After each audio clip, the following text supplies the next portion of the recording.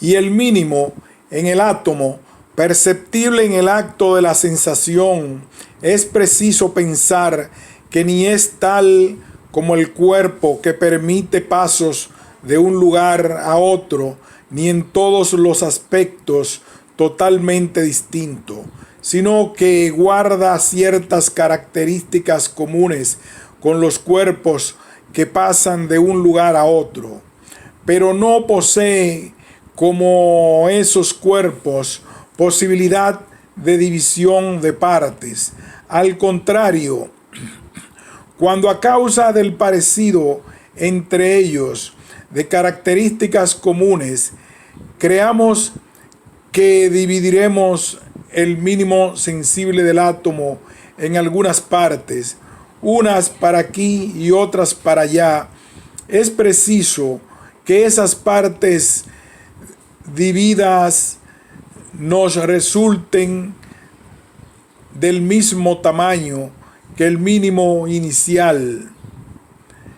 Y comprobamos estas partes mínimas de estos cuerpos que pasan de un lugar a otro,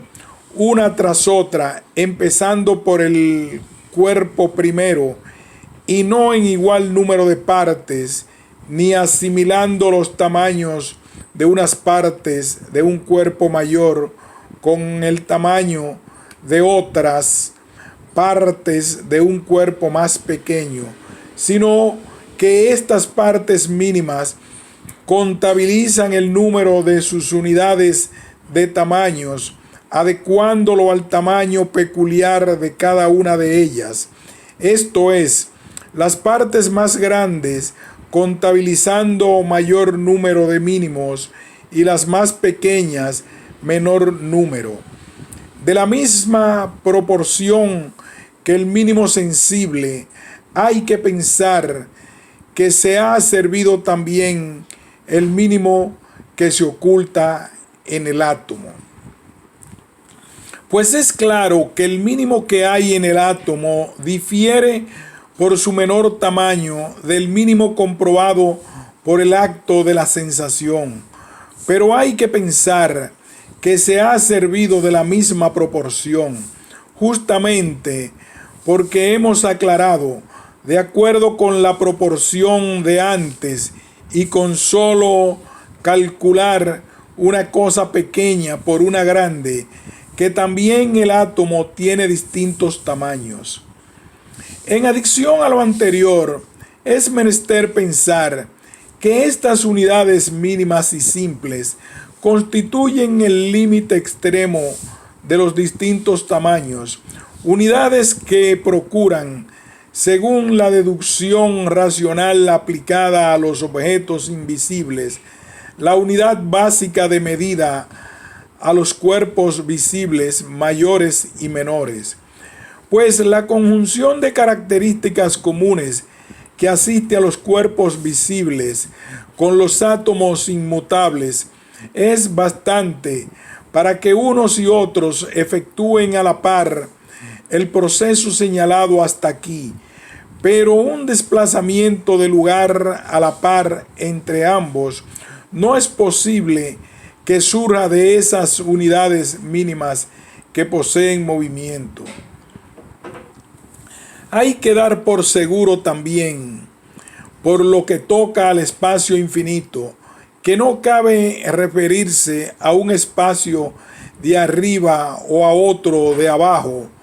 como el más alto o el más bajo. Sabemos con certeza que el espacio situado por encima de nuestra cabeza, al ser susceptible de prolongación desde un punto en que nos encontramos hasta el infinito, jamás se nos mostrará, por razón de esa infinitud, como ese supuesto punto más alto, y tampoco se nos aparecerá que un espacio que forma parte del espacio que puede ser imaginado hasta el infinito esté a la vez arriba y abajo por relación al mismo espacio que continuamente es susceptible de ser prolongado hasta el infinito. Este supuesto, en efecto, es imposible de ser imaginado. Por ello es cosa de tomar como un único movimiento el que, por encima de nosotros, es susceptible de imaginar que llega hasta el infinito, y también como único el de abajo, aunque el móvil que parte de nosotros llegue 10.000 veces a lo largo de los espacios situados encima de nuestra cabeza, hasta los pies de los seres de arriba, o llegue otras 10.000 veces a la cabeza de los que están por debajo del móvil que desde nosotros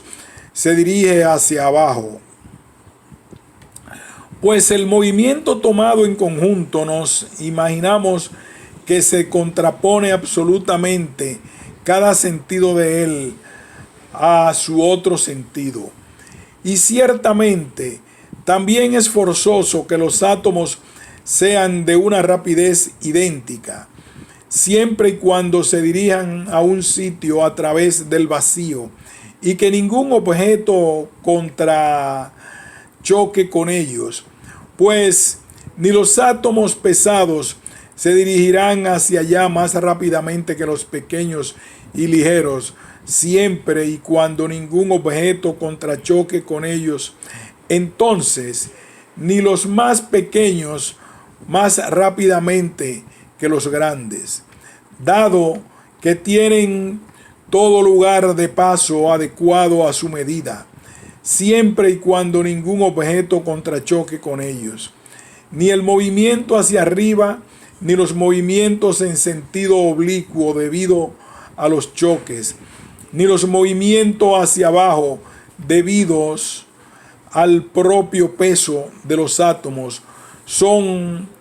más rápidos unos que otros, pues en tanto en cuanto los tipos de átomos, los más pesados y los más ligeros, conserven su propio movimiento durante todo ese espacio de tiempo, conservará cada uno un movimiento que avanza a la misma velocidad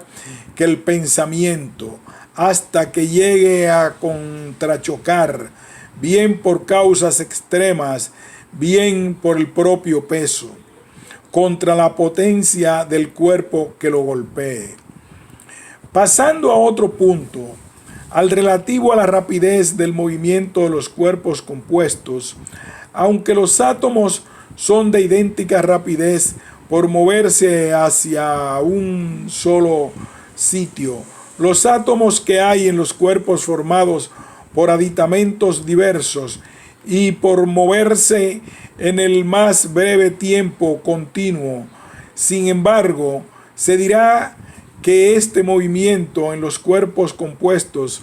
que cada uno es más veloz que otro, en el caso de que estos cuerpos compuestos no contrachoquen en un solo instante, común para todos, instante concebido como se conciben los instantes por la razón, sino con cierta y a distinta frecuencia, hasta que la continuidad del movimiento caiga bajo el dominio concreto de los sentidos, pues el supuesto aplicado y relativo a las cosas invisibles, a saber que los instantes concebidos por la razón han de tener movimiento continuo, no es verdad aplicado a los cuerpos compuestos, ya que todo lo comprobado directamente por la sensación o captado por aprehensión mediante la inteligencia es verdadero tanto lo uno como lo otro. Y tras lo dicho, es preciso comprobar por referencia del problema a las sensaciones y a los sentimientos, pues así la garantía estará aseguradísima, que el alma es un cuerpo formado a base de partículas finísimas extendidas por el cuerpo entero y sumamente parecido a un soplo de aire que lleva en sí cierta mezcla de calor y en un sentido parecido a uno de estos elementos y en otro al otro. Es el alma la parte que en razón de sus partículas finísimas ha experimentado enorme diferenciación incluso de esos mismos elementos a los que se parece, y por razón de esta su especial finura, comparte también más los mismos sentimientos con el resto del cuerpo agregado a ella. Y ello es claro, las facultades del alma, los sentimientos internos, la facilidad para emocionarse, la capacidad de discernimiento y aquello privados de lo cual morimos conforman todo este ser del alma. Y en verdad es preciso retener en la mente la idea de que el alma guarda en sí el más importante agente de las sensaciones. Verdaderamente el alma no había conseguido esta función de agente de las sensaciones si no estuviera recubierta de alguna manera por el resto del cuerpo a ella agregado. Y ese resto del cuerpo a ella agregado, que es quien le facilita esa función de agente de la sensación, queda también el mismo provisto de la participación de la cosa esa, representada por ese atributo que le llega del alma, pero no provisto de todas las propiedades que ella posee. Por eso, una vez que el alma se ha separado del cuerpo, éste no tiene la facultad de la sensación, pues tampoco antes había poseído dentro de sí mismo, por derecho propio, esa facultad de sensación, sino que únicamente la facilitaba a ese otro ser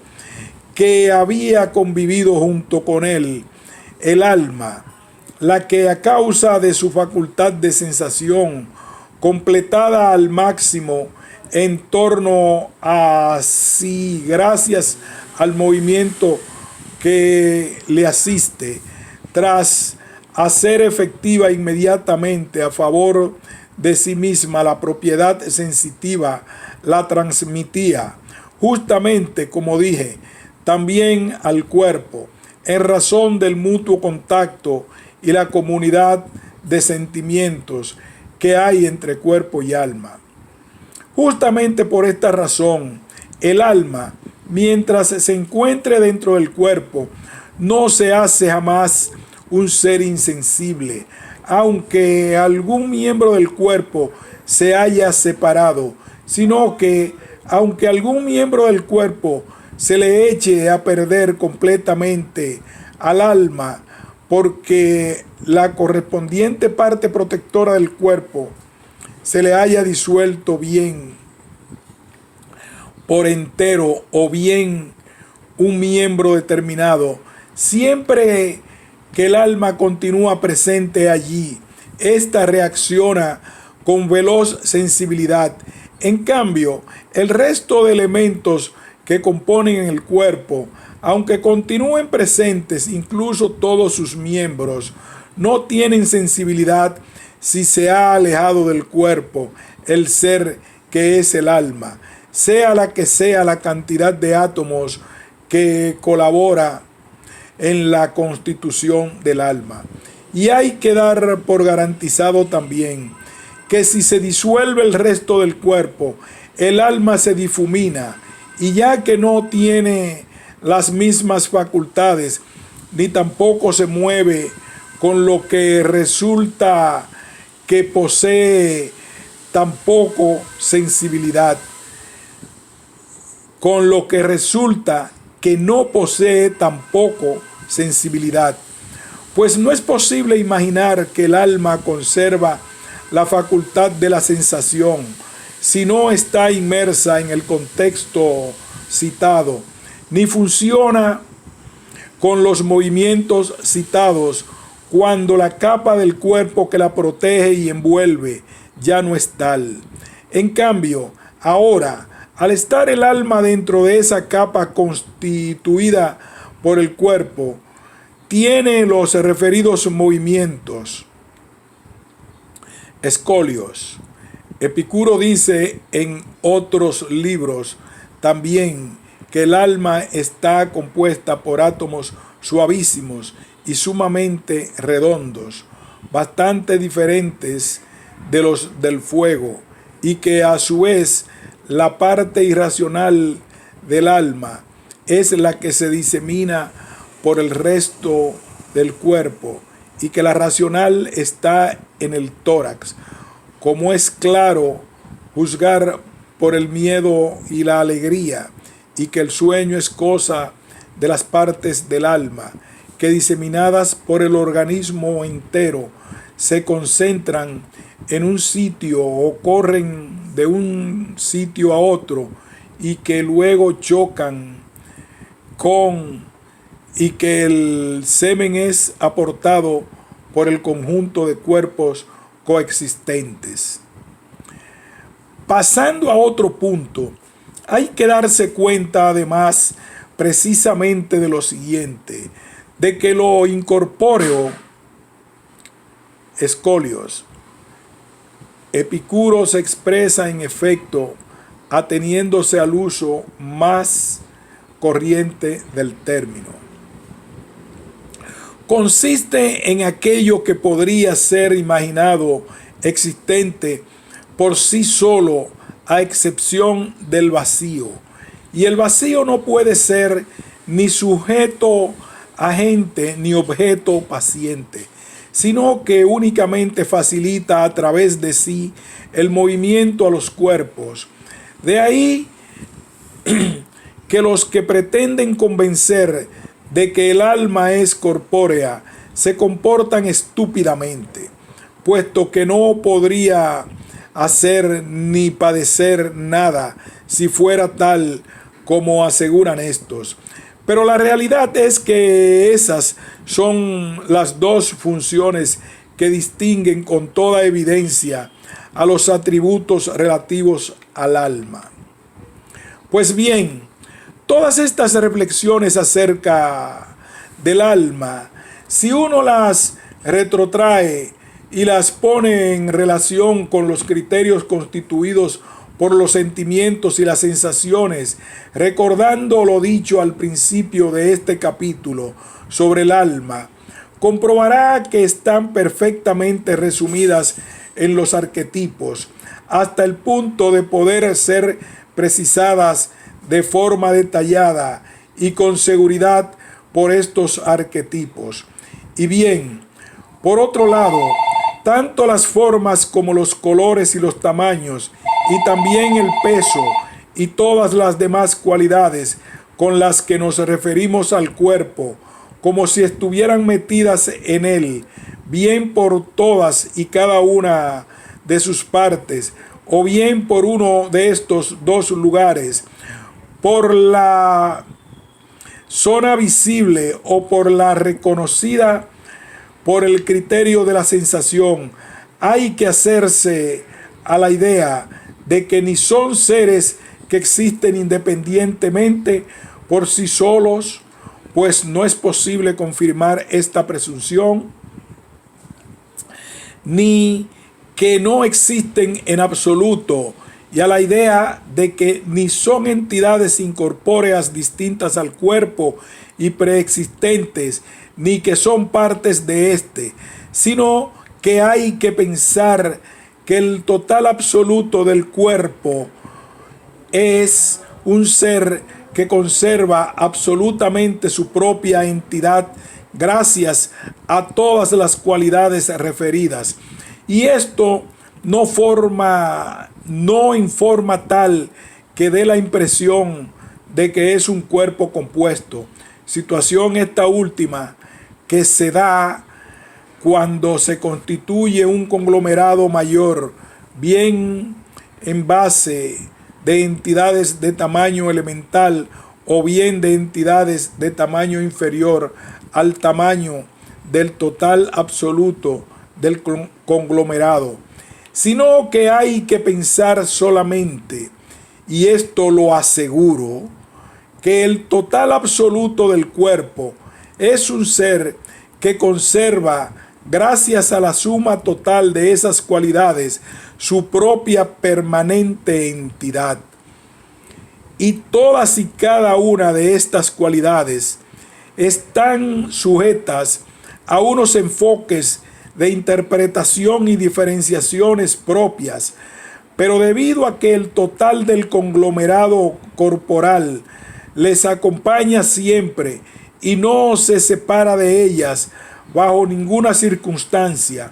resulta que la cosa esa de las cualidades mentadas ha recibido su denominación según el designio global del cuerpo de que se trate. Ciertamente, también acontece a los cuerpos acompañarles muchas veces, pero no permanentemente, contingencias que ni están en el número de los seres visibles ni son incorpóreas. De ahí que cuando utilizamos el término de contingencias en su acepción más habitual, estamos haciendo evidente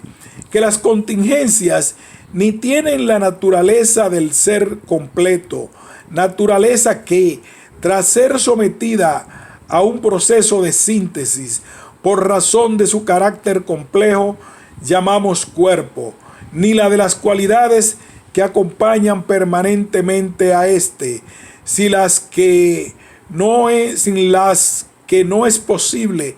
que sea imaginado el cuerpo. Y cada una de estas contingencias podría recibir un nombre de acuerdo con ciertos elementos de juicio que nos aporte el ser complejo. Pero este acto de darles nombre es innegable solamente cuando, sea el momento que sea, se comprueba que cada una de estas contingencias está aconteciendo, dado que las contingencias no acompañan permanentemente al cuerpo. Y no se debe excluir del mundo de la realidad la siguiente evidencia, a saber,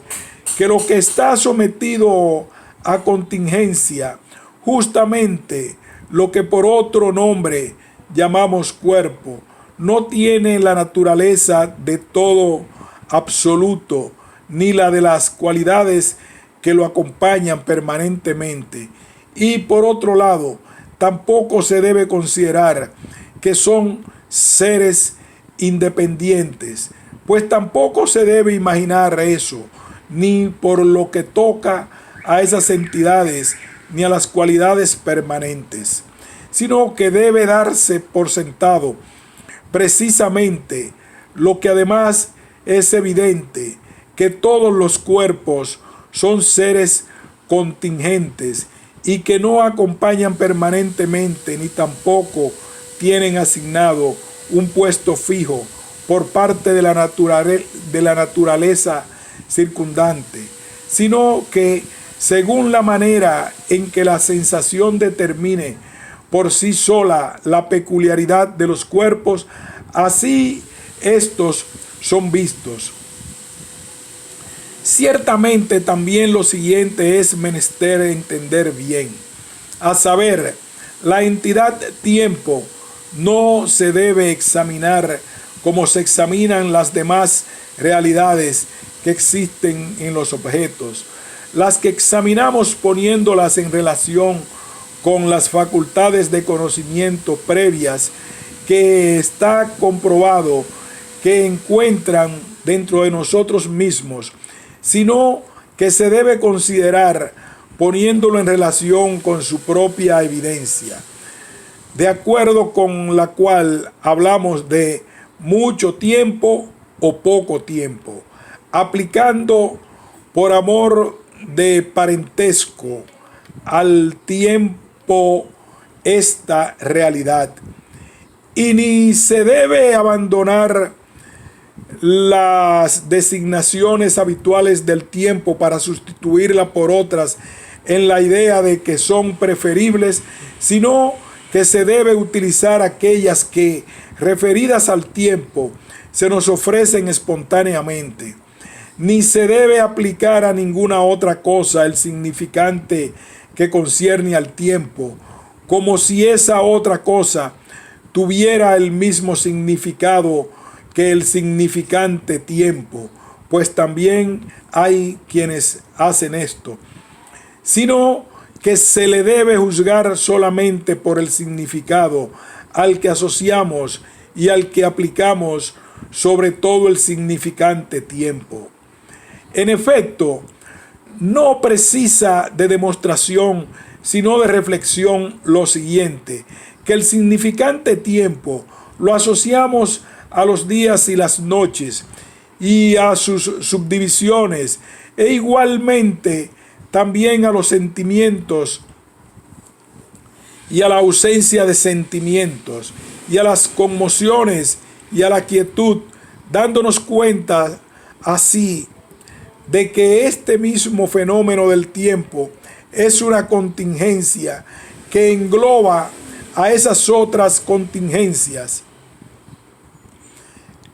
Escolios.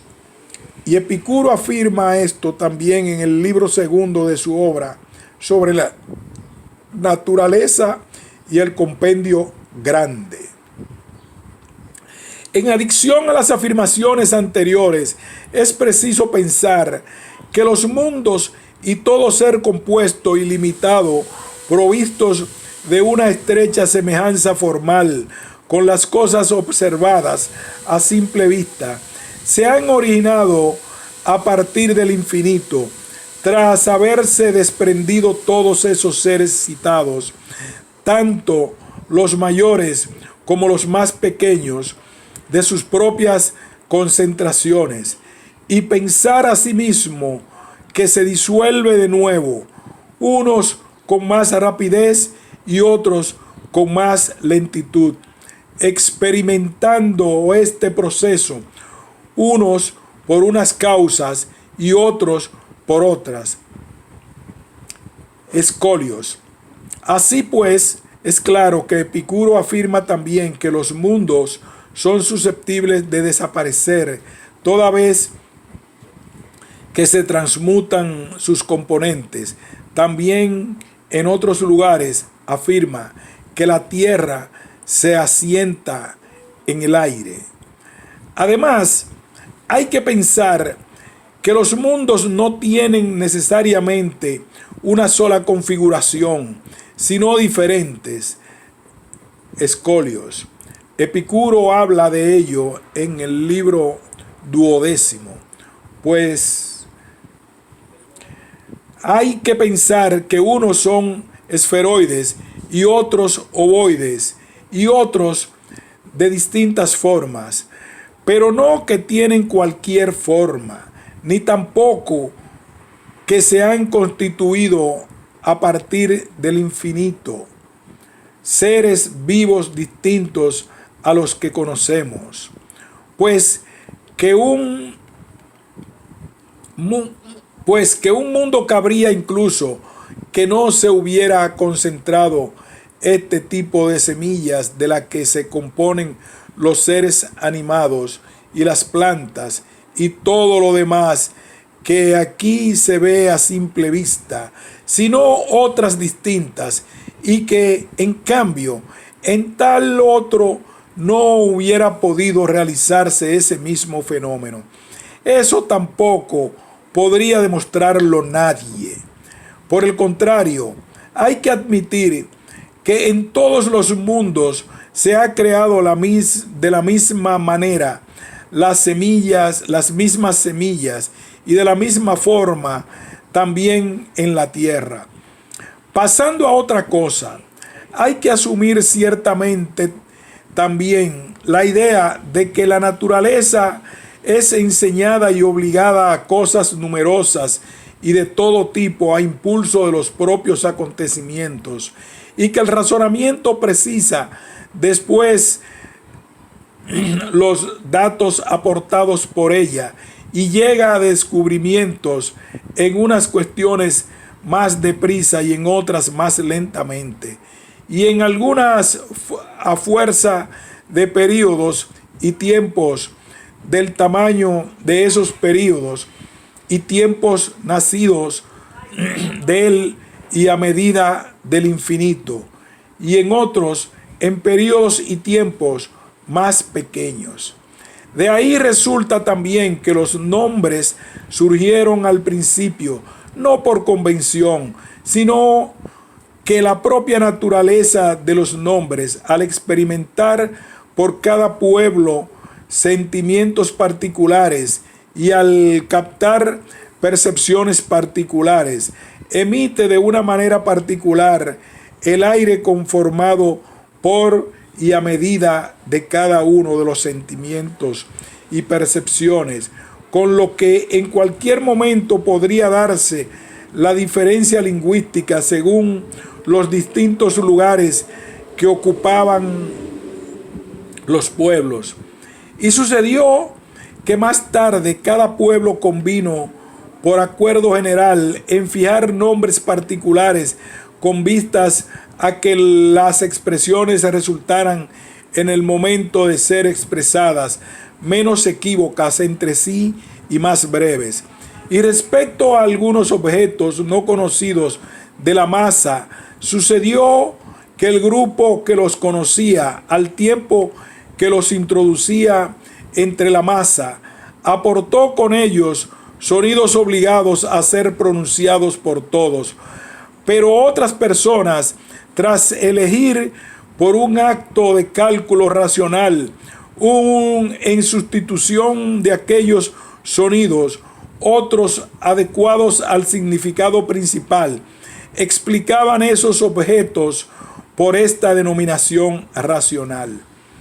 Y ciertamente en cuerpos situados en el espacio entre el cielo y la tierra, ni es menester pensar que sus desplazamientos, revoluciones, eclipses, ascensión y declive y los fenómenos parejos a estos empezaron porque interviniera en esta tarea ningún ser que se los asignara o asignará, y que a la vez tenga toda felicidad a más de la inmortalidad, pues no se compadecen cuitas, preocupaciones, excitaciones y alegrías con la felicidad,